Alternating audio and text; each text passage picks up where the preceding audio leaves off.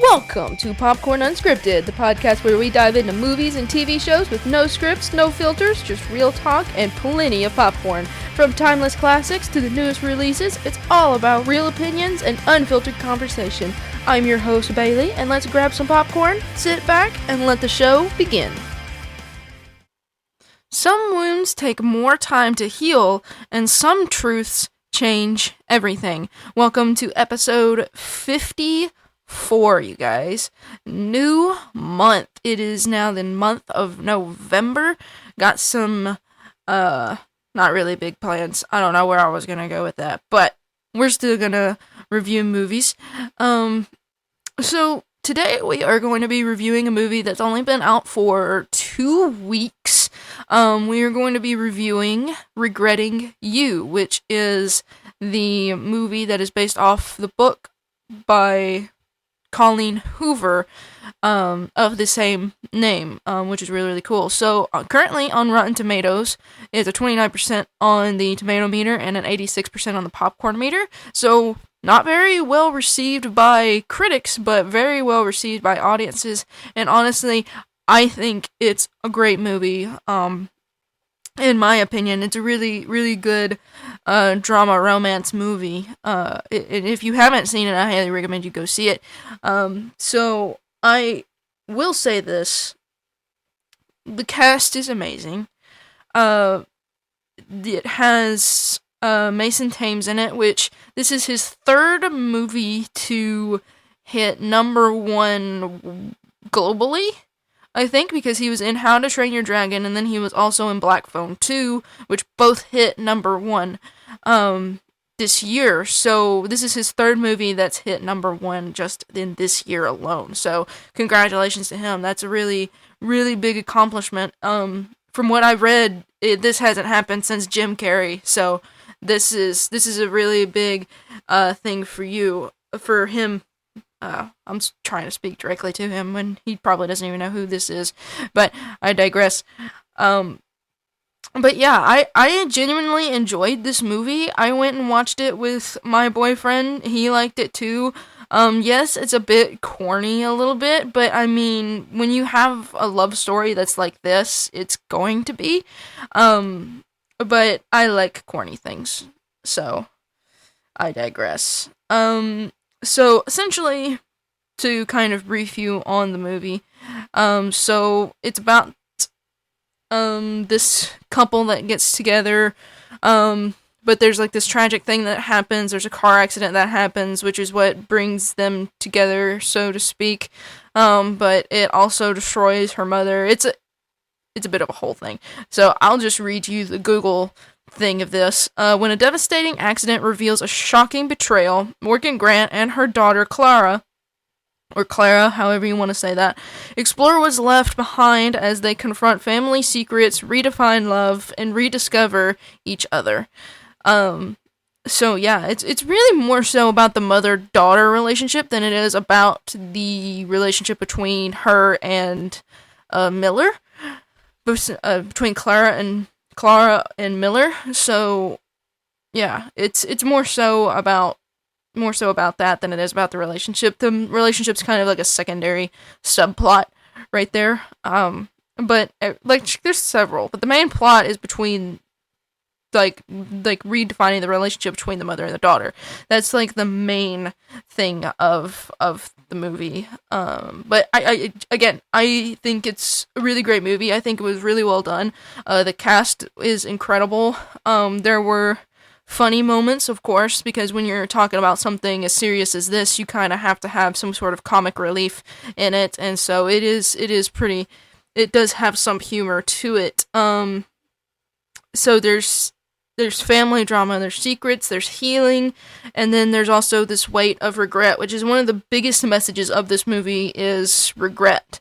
Not just because of the things that you did do, but the things that you didn't do, the things you didn't pursue, and so that's a really big message in this movie alone is regret, and what could have happened and what should have happened. You know, that's really the whole message of that. So here's your spoiler-free sort of set up. So you have the mother and the daughter, and then you have the tragic accident that really changes everything.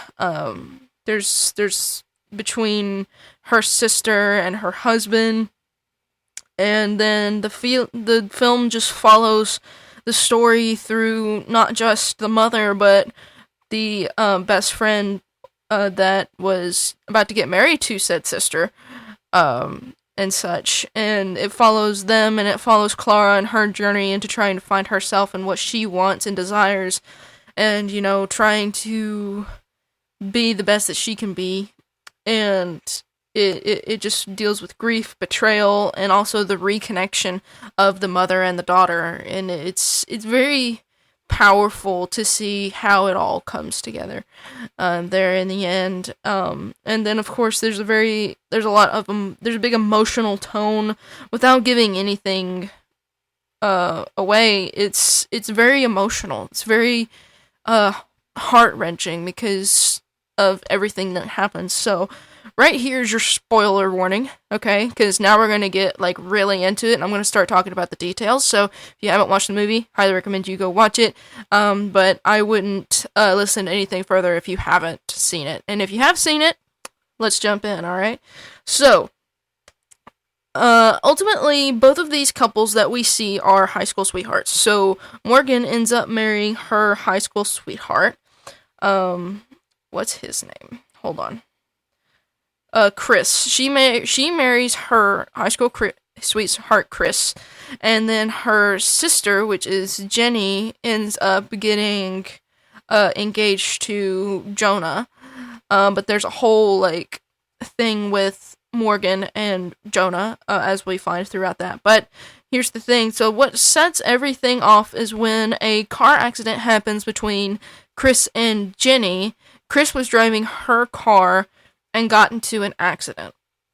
And the big question was between Morgan and Jonah is, why were they together? Why was he driving her car? Where is his car? Where were they? What were they doing?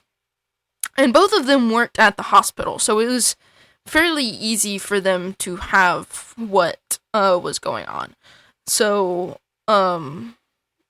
ultimately, Morgan ends up discovering that Chris and Jenny were, in fact, having an affair, and apparently it had been going on for some time, because Jenny ended up having a child herself, and it did not belong to Jonah. It was, in fact, Chris's child, unfortunately, and Jonah ended up finding that out, later on throughout the movie, because the baby ended up having Chris's smile and whatnot. But yeah, so Morgan discovers his car is at a hotel, and stuff. So they because that just really sets it in that they were in fact having an affair, and they had never checked out of the hotel. I guess they were gonna go back, and all of their stuff was still in their room and everything. So it was a whole thing, so they had just never checked out. And that was a really big thing for Morgan. And then of course, you have Clara that's going through all of this turmoil, and she her mother's kind of being stricter with her, and kind of restricting her, and and so she starts to have this rebellion towards her mother. She just wants to hurt her mother at that point. She just she's just tired of everything. She feels so much conflict within her, and then of course she's going through this first love phase with Miller, and that's just throwing a wrench into everything, and it's just causing so much turmoil within her. And you see that throughout the movie, that she does in fact like Miller at first, but of course as when she gives him the ride there at the beginning of the movie, he still had a girlfriend, so there was nothing to pursue there. And then she hears that he broke up with her, and the one thing that I think Clara didn't want to do was make sure that she didn't make the same mistakes that her parents did. And it was it's a big thing for her specifically. And then, of course, you go through all of this, and of course, Morgan and Jonah ended up getting together there at the end. They end up rehashing their past, and Jonah then, like, says to Morgan, like, I've always loved you. You were always the one I loved, never Jenny. Like, of course I love Jenny, but you were the one I wanted to be with. And, of course, Morgan just refused to say, yeah, that's me, because Chris and Jenny always were together, and then her and Jonah were together whenever they were out together. They always ended up alone together. The opposites ended up alone together, and so it was just kind of an interesting thing that this world had for them. And so Jonah ended up leaving, and that's why Jonah ended up leaving, so that way he wouldn't interfere. But unfortunately, Jenny was the one that they should have been worried about, not Jonah. Unfortunately. So, and then there at the end, you have the final confrontation, and that leads into forgiveness, and then the story ends up resolving when Miller ends up asking her to prom, and that's when Morgan ends up seeing the talent that Clara has, because Clara wanted to go to what school was it? She didn't want to go to film school. She wanted to go to like an acting school, I guess, because she wanted to be an actress. But of course, her mother was like, no, you are going to do something that actually makes good money. You know, typical parents, what parents do. But yeah, and it's very heartwarming. The end of the movie is. I enjoyed the movie all throughout. It didn't make me cry, though. That's the thing about these movies, is that these don't make me cry. It's really hard to make me cry during a movie, or really in certain moments. Because you have to get me, like, it has to be, like, really a thing that really hits me home in order to make me cry. But this movie did not make me cry, unfortunately, but it was still a good movie. I will digress. But regret doesn't just come from what we did, but what we never said. The choices that we make. Because you have choices that you make that you regret for the rest of your life, but you know if you didn't make those choices, you wouldn't be where you are, and you wouldn't have had the things that happened to you on down the line. You wouldn't have had those things happen to you. So it's like, yes, you regret it, but at the same time you don't, because it puts you where you are now, and honestly, I couldn't be happier. Speaking from my own experience, and speaking from my own experience, I wouldn't have changed anything about anything that happened in my life, because if I were to change one thing about my life, I wouldn't be in the place that I'm in now, where I'm able to do this podcast for all of you, and be able to talk about movies and TV shows with you guys, and do one of the things that I absolutely love to do, which is really talk about the things that I'm passionate about. And so, yeah, and let's see. So one thing that I want to talk about is grief in this, because there's a lot of grief going on in this movie, a lot of processing going on in this movie, and you can definitely tell a difference between the parents and the teenagers. And it just goes to show that adults and young adults and teenagers do process things differently. Because if you're older, you've already been through, like, death before. If you're, like, an adult, you've been through death, you know what that feels like, you know how to deal with that, but us as teenagers and young adults, we don't know how to deal with that. And so, I can understand why Clara had walked out of her dad's funeral and just wanted to get away, because it just hurt so much to put her dad in the ground, and I can understand that wholeheartedly, because that's one of the hardest things I think any of us will have to do, is bury one of our parents. And which it's hard to bury anybody in your family, really, but the ones that are closest to you is always the hardest ones to let go of and process that death and admit and just say, like, they're not here anymore, but I know they're still here, like, in spirit and such. So it's difficult for a teen, and I know it can be. For a lot of people, and sometimes that sometimes you never stop grieving. A lot of the time, sometimes you never stop grieving, and you always want to do things that will honor them, and things like that. So, yeah, I get why Clara had to take a step away and breathe. Now, should she have went off with Miller and not went back inside? I mean, that was her choice. Really, like, that was her choice, and ultimately her mother didn't like that choice, and yeah, which honestly, if I was Morgan, I probably would have been a little bit upset too, especially with what Clara ended up doing with Miller, even though Miller didn't do drugs, but yeah, she went in and smoked pot in his truck, and so. Yeah, I wouldn't have done it that way, but again, I understand people process things differently. And that's one of the things that this movie touched on, is how people process things. And then, of course, you have the secrets within the family, and then it talks about protection versus control, especially with the relationship between Morgan and Clara.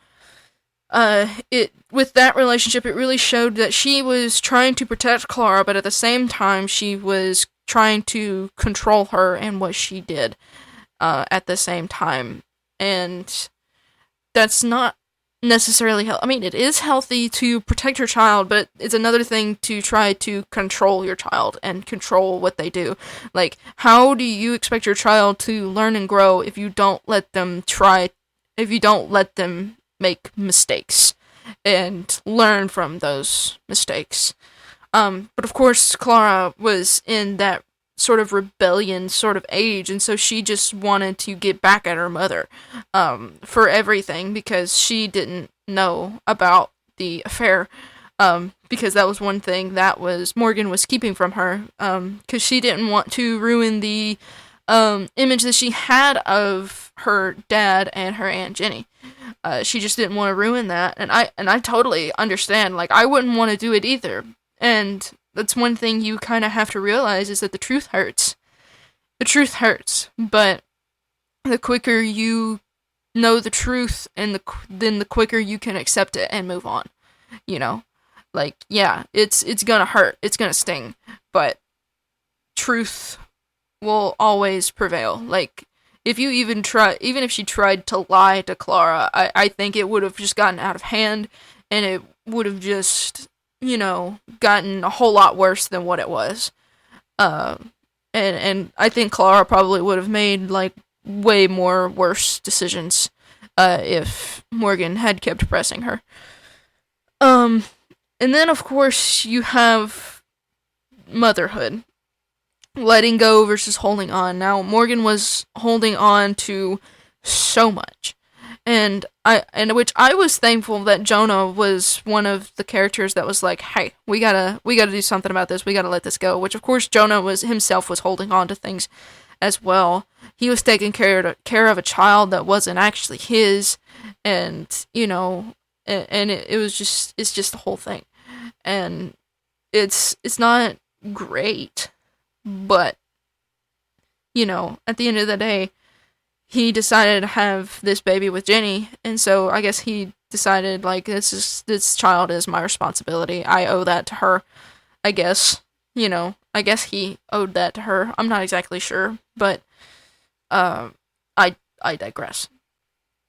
And then she had to learn to kind of let Clara go and let her be her own person, let her do her thing, let her do the thing that she absolutely wants to do. And that's one of the hardest things about motherhood, I guess. I'm not I'm not a mother, so I wouldn't know, but I'm just going off of a hunch here.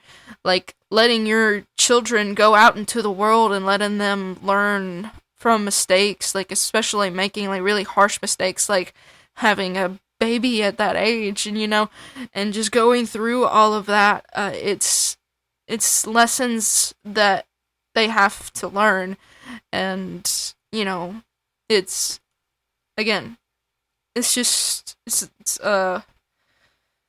live and learn.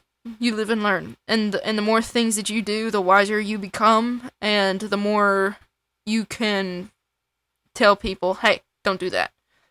That's a bad idea. I knew from my own experience, It just adds to your testimony, and sometimes it can make it more powerful, sometimes,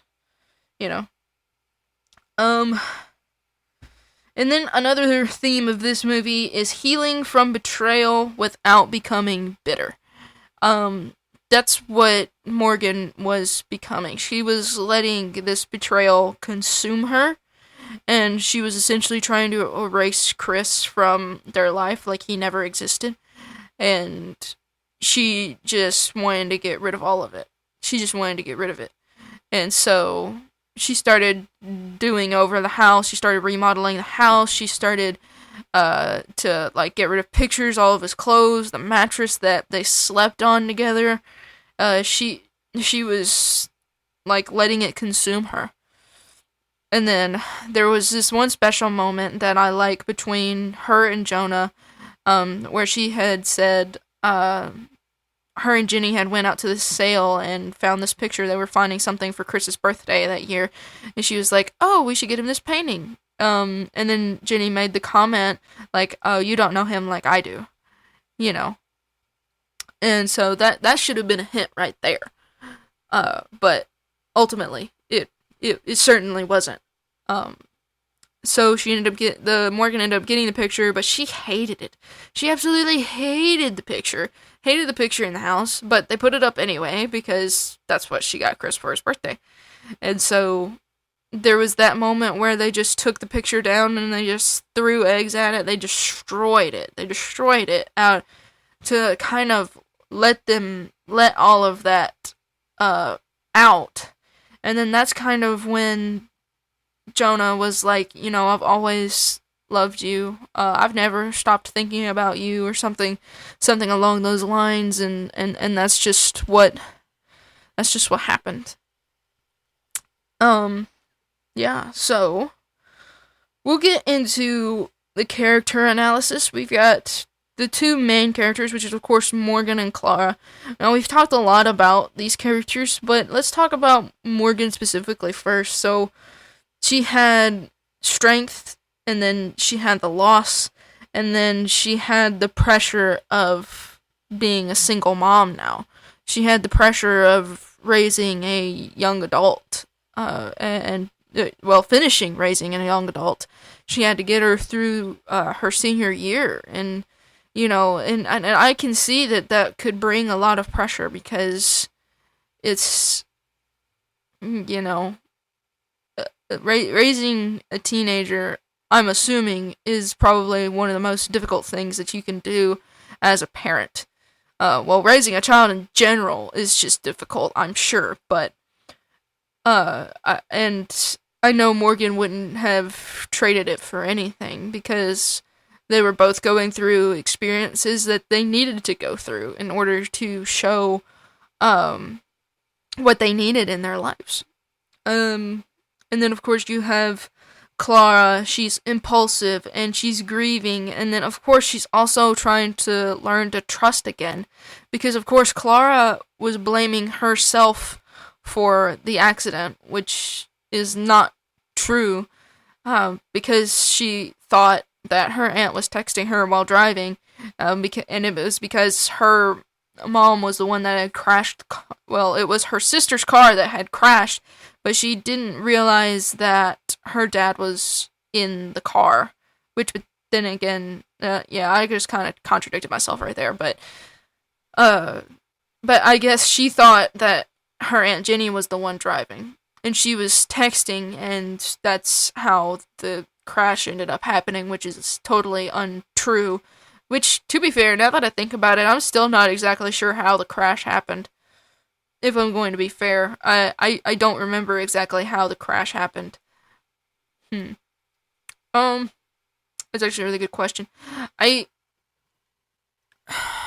don't know if it was like they just ran off the road or what, or if they crashed into something or what. I'm not exactly sure how the crash happened. All I know is that there was a car accident and both of them died in the accident. That's all I remember at the moment. But then again, I watched this 2 weeks ago. The weekend that it had come out. We watched it that Sunday. So, yeah. And then, of course, you have the supporting characters. You have Jonah, you have Lexi, you have Miller. Jonah, I think, was like, in the beginning, we see like a flashback between the four of them. We see a flashback between Jonah and Morgan and Chris and Jenny. We see them at a party, and we find out that Morgan is in fact pregnant with Chris's child, which is Clara. And, you know, we see the dynamics, and of course, when you see the dynamics, you could see that Morgan and Jonah actually go together, and Chris and Jenny go together. But of course, they end up marrying their opposites. Well, Jonah doesn't marry Jenny quite yet. He proposed to her, and when he finally had come back, he was a teacher, and she had the baby.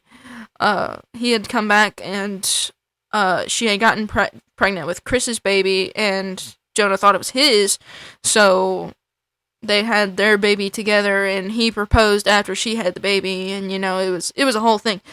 But to me, I think Jonah probably would have definitely been a better pick for Morgan, and I think they would have been a lot happier, and the affair wouldn't have happened, you know, and that's one of the regrets, I guess, is that she ended up marrying Chris because she had gotten pregnant with his child.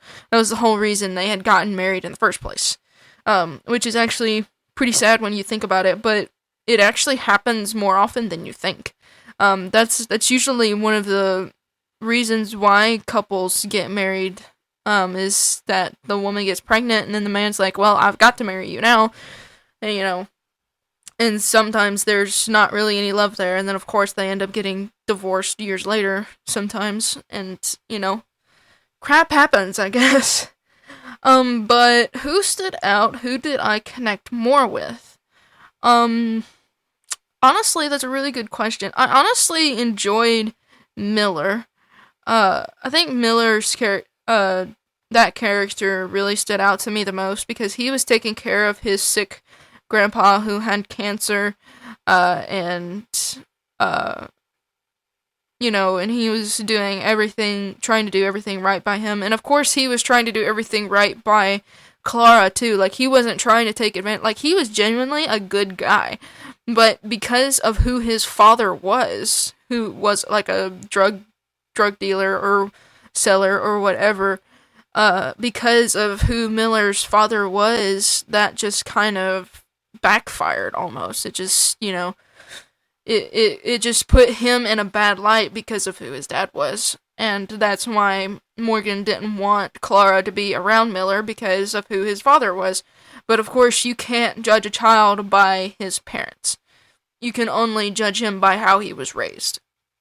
And it turned out that with him living with his grandfather, he was raised pretty gentlemanly to a certain degree, I guess. But yeah, I would probably say Miller was the one that stood out to me. I don't know who I connected more with. I'd have to probably think on that, but yeah, Miller stood out to me the most. So what worked versus what didn't work? I would say book to screen, but I haven't read the book. I hope to maybe read the book at some point, but I digress. So what worked versus what didn't? So some of its strengths is that it had very strong performances. I think the leads did an amazing job, as well as the supporting cast. It was a very, very strong cast, even though it wasn't anybody that had big name. Like, none of these were big named people, except for maybe the guy that played Miller. I can't think of his name at the moment, but but yeah, all of the performances were really strong. Everything came together, and you know, it was really really strong. It really was. Everybody did an amazing job in this movie, and I honestly couldn't have asked for a better cast if I'm going to be honest. And then the emotional weight of the movie doesn't feel forced. It, like, everything that happens feels like it felt natural. It felt like it was all supposed to happen that way. Nothing felt like it was forced to happen or anything like that. It was all very, very, like, what's the word? It just wasn't forced. It wasn't, like, thrown in there just to be thrown in there. It all played out smoothly. Everything happened when it was supposed to and things like that. It's just, yeah. It just didn't feel very forced. And then, of course, you have the beautiful cinematography of this movie as well, and the pacing was very well done. This is about, it's close to being a 2-hour movie, and it was paced very, very well. Things happened, very, very well. It was very, very well paced. I think the story was strong. Again, it was based off a book, so of course the story was strong, especially if the book was very well known at the time. And so, yeah, it was good. So, some of the weaknesses, there are some melodramatic beats in this movie that could have felt predictable. Especially with some of the things that were going on. Like, you could tell that Morgan and Jonah were going to end up by the end of the movie, end up together. And then, of course, Clara and Miller were going to end up by the end of it, too. So, it's just kind of like, it's just, you know, that's just how it's supposed to happen. Yeah, I mean, there was just a few things that was a bit predictable, but that kind of goes for anything romantic, I guess. So did the story wrap up too neatly? I honestly don't know if it did. I don't think it did. I think it was a good ending for the story. It may have wrapped up a bit too neatly for my liking, but then again, it's a romance. You want it to end well. So I would say the ending was, you know, I think it was a good ending, by far. So, final thoughts, going into the final wrap-ups, and also some questions for you guys. Who would watch this? Anybody that likes drama and romance. Anybody that likes that kind of stuff. See, I like to read those types of books, but for some reason, I don't want to watch romance movies. I don't know why. It's kind of, it's weird, I know. But, yeah. When's the right time to watch a movie like this? I'd probably say maybe around Valentine's Day. That's cliche to say. And maybe around Christmas or something. So during the time where it's about togetherness and it's about relationships, you know, it's about all that kind of stuff. So I think this was a good movie to come out towards the end of October. I think it was a good thing because after October, Thanksgiving is coming up and you kind of have to be, you know, I think that's a good time for this movie to have come out. So, here are some questions for you guys. Have you ever had a moment where regret changed your path? I know I have, but I honestly wouldn't change it for anything. And do you think secrets ever help protect someone or only hurt more? Let me know down in the comments. And yeah, that'll be all for this episode. That's a wrap on today's episode of Popcorn Unscripted. Don't forget to rate, review, and subscribe wherever you get your podcast. New episodes drop every Monday and Friday, so be sure to tune in. Until next time, keep your popcorn close and your movie critiques closer. Thanks for listening to Popcorn Unscripted.